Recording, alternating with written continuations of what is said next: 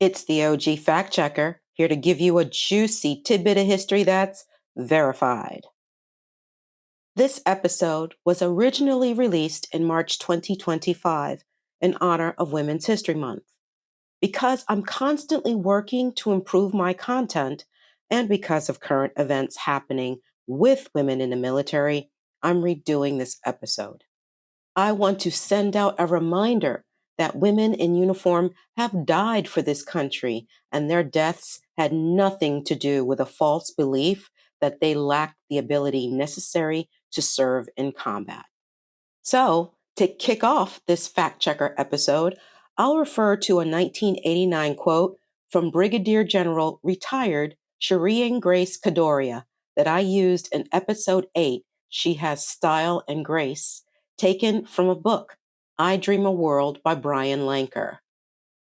On Women in Combat, Kadoria said, I think society knows that women can function in combat. What it takes is training.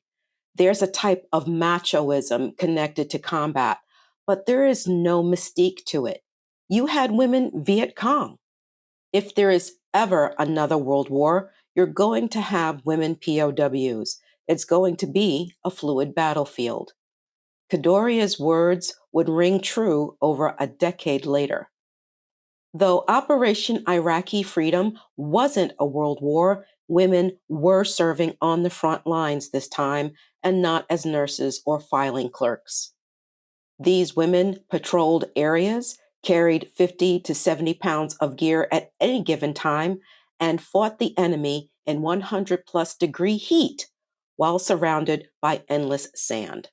To hell with sugar and spice and everything nice. The woman I will honor in this episode, U.S. Army Specialist Lori Piestewa from Tuba City, Arizona, was a member of the Hopi Nation, part of one of the oldest indigenous tribes on the continent, the Navajo. The Hopi can trace their ancestry back 2,000 years and are known for mastering dry farming, which uses only rainwater and runoff as irrigation. Originally concentrated in what is now South and Central America and Mexico, the Hopi migrated to what is now northeastern Arizona near the Painted Desert in the 12th century. Piestewa was the third person in her family to honorably serve this country. Her father, Terry, of the Hopi Nation, served in Vietnam, and her grandfather served in World War II. But neither her father nor her mother, Percy Piestewa, expected their daughter to receive the distinction of being the first female service member and the first American Indian to die in combat on foreign soil. In Hopi and Navajo culture, the white bear symbolizes courage and strength and is often called upon before going into battle. Once you hear Piestewa's story, you'll find her Hopi name was fitting given her deeds during an ambush in the Iraqi desert, which is why the title of this episode is Her Hopi Name is White Bear Girl. Lori White Bear Girl Piestewa was born in December 1979 in Tuba City, Arizona, which has the largest community in the Navajo Nation. Tuba City has a small Hopi population because it borders two Hopi villages. The community got its name from a Hopi leader named Tuvi.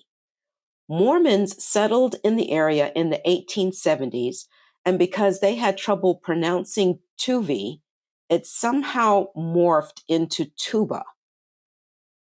Lori Piestewa was the youngest of 4 children born to Terry and Percy Piestewa, who were married for 56 years before Terry passed away in 2017.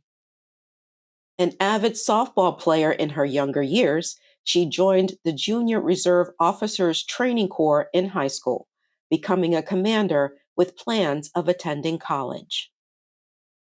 There's an old Yiddish proverb, man plans and God laughs. For Piestewa, the universe decided to make her a mother in her senior year of high school, which derailed her college plans. In October 1997, she married the father of her child, Bill Whiterock, a Navajo who had already graduated high school and had enlisted in the Army. By taking advanced courses, she finished high school in December of that year and joined her husband at his first duty station at Fort Bragg, North Carolina, where she had their first child, a son named Brandon, the following year. The year after that, the couple had a second child, a daughter named Carla. Two major events happened in Piestewa's life that led to her joining the Army. The first event was the disintegration of her marriage, resulting in a separation. The second was her husband's discharge from the military, which brought the family back to Tuba City. Piestewa and her children moved in with her parents. I'm sure many women who have served will agree with me that patriotism wasn't the main reason they joined the military.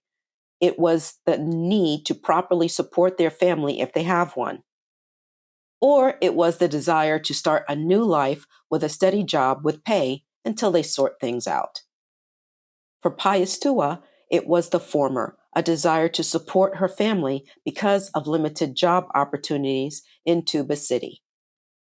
She enlisted in 2001, and after completing basic and advanced training, she was promoted to private first class and assigned to the 507th Maintenance Company at Fort Bliss, Texas, where she was a supply clerk.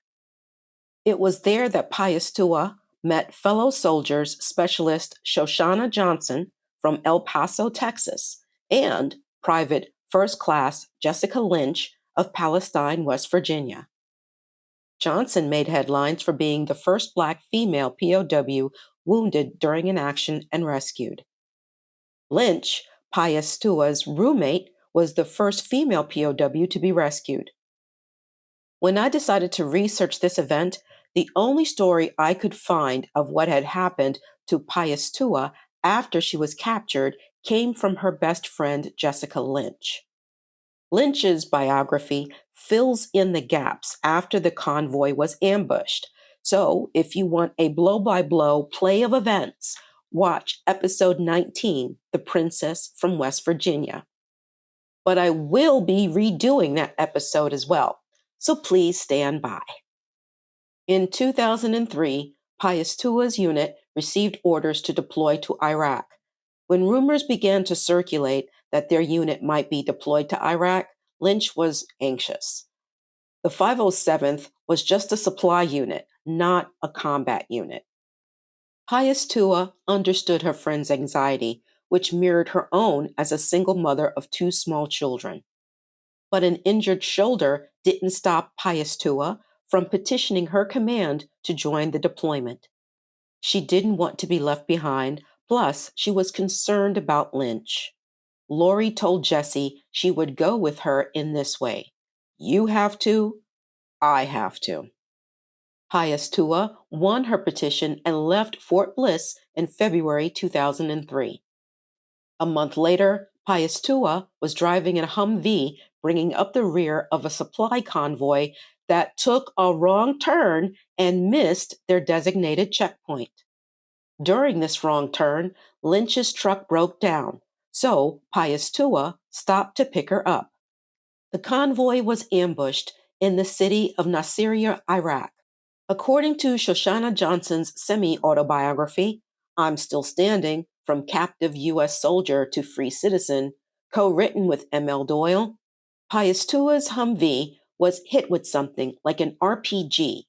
They had lost control, and they had slammed into the back of my 5-ton, which left their truck a twisted pile of metal.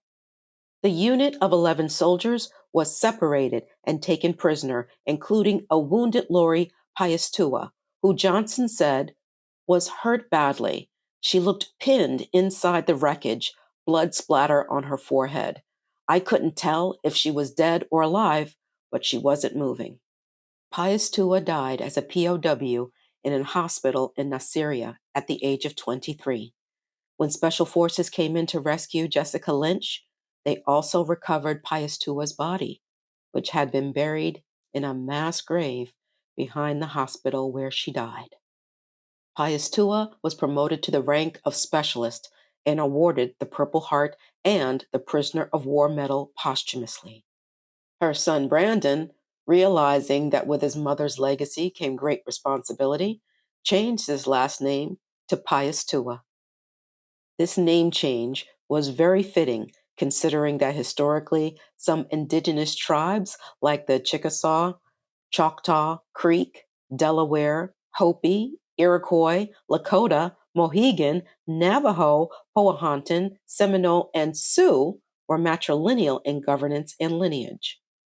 Some tribes were matrilineal, others were patrilineal, but in almost all tribes, men and women enjoyed equal respect and freedom. Native American women were revered because of their ability to create new life, and in many tribes, women held positions of power. The Grand Canyon State Games, established in 2001 as an Olympic type game event for competitors in Arizona, was renamed in 2003 as the Lori Piestewa National Native American Games. This multi day event attracts thousands of competitors from tribes all over the U.S. to show their athleticism in baseball, basketball, powerlifting, softball, and volleyball. There is a mountain peak in the state named after her, named Piestewa Peak, and there are numerous buildings renamed in her honor in Arizona and across the country. Jessica Lynch spoke about her friend at a congressional hearing in 2007 as she attempted to dispel false rumors about her capture. She said, "My hero is my friend, Lori Piestewa, who died in Iraq but set an example for a generation of Hopi and Native American women and little girls everywhere about the contributions just one soldier can make." Lori Piestewa's contribution won't be erased anytime soon. Too many people continue to keep her name alive. I love history. You came for the truth? Thank you for staying for the story.